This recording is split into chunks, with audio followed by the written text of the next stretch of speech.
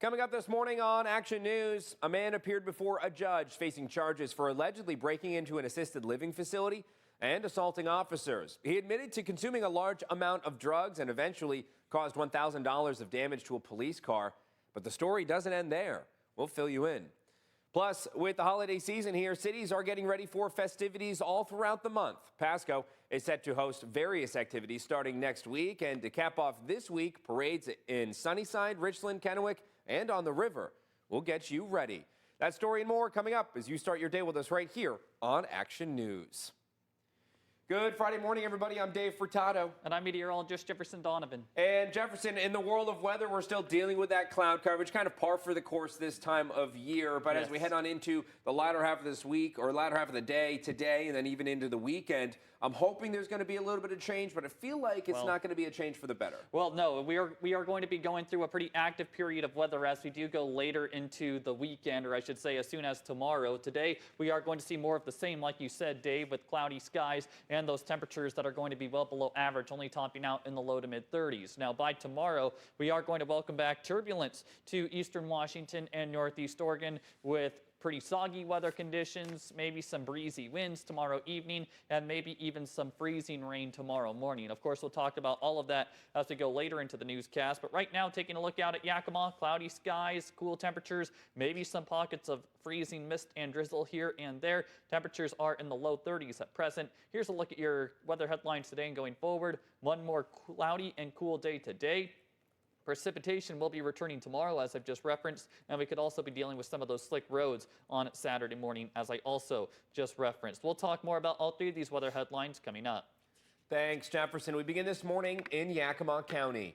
A man had his preliminary appearance yesterday after breaking into an assisted living facility and assaulting police officers in Grandview and Sunnyside back in August. When officers got to the scene, they saw the man running shirtless towards the front door. They managed to place him in handcuffs when he admitted to consuming a large amount of drugs and a large amount of meth, and a drug called Spice. He believed someone was chasing him. When police were questioning the people that called the authorities, they heard loud noises coming from the patrol car they had him in. They found out that the suspect was trying to get out of the vehicle using his hands, feet, and head. He caused about $1,000 worth of damage to the police car. Officers believe he had injured himself and placed him in tighter restraints, and then during that time, he bit a police officer. He was transported to the Sunnyside Astrea Health, where he was taken out of most of his restraints there. But when a CT scan began, he jumped up and tried to escape. At least 4 officers tried to restrain him, and he did bite another officer. It took about 45 minutes and several sedatives to calm the man down. He is being charged with 1 count each of burglary and malicious mischief and 2 counts each of unlawful imprisonment and assault in the 3rd degree. Now, this is the same man that caused the Grandview High School to go into a lockdown on Tuesday. Police in Walla Walla disrupted a major drug trafficking operation. According to officials on Tuesday, they were alerted about controlled substances that were going to be introduced into the Walla Walla County Jail. Police later learning that a 32-year-old Walla Walla man and some inmates in the prison were plotting the drug operation. After further investigation, police found 2.5 pounds of meth, 110 fentanyl-laced pills, and over 217 grams of cocaine, just to name a few. Police also discovered firearms and unfired ammunition.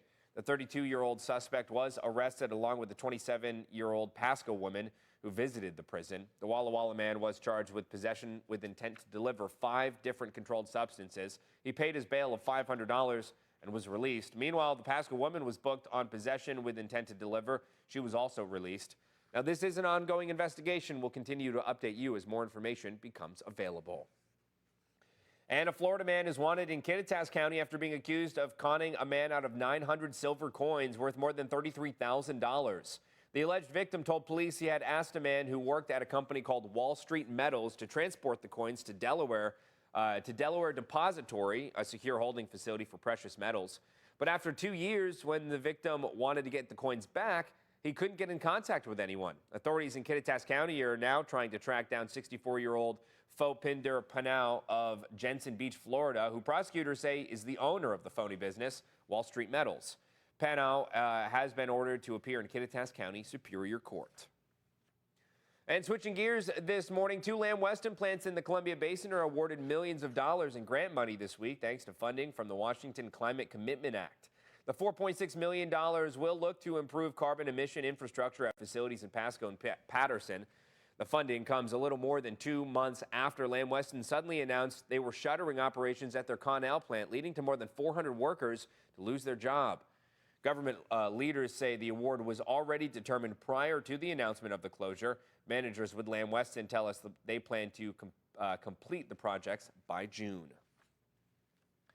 Several events are set to take place in the coming weeks throughout the Tri-Cities aimed at spreading some holiday cheer to you and your family. Starting next week, the city of Pasco will be hosting various activities that all culminate into the day-long Pasco Winterfest on Saturday, December 14th. We'll have activities, performances, food vendors, Santa will be there, and then we do the tree lighting of the heritage tree at 5 p.m. There at Peanuts Park. Tonight at 6, the city of Richland will be hosting their Winter Wonderland event at John Dam Plaza. And this Saturday at 10 in the morning, the streets of downtown Kennewick will be taken over for their annual Hometown Holiday Parade.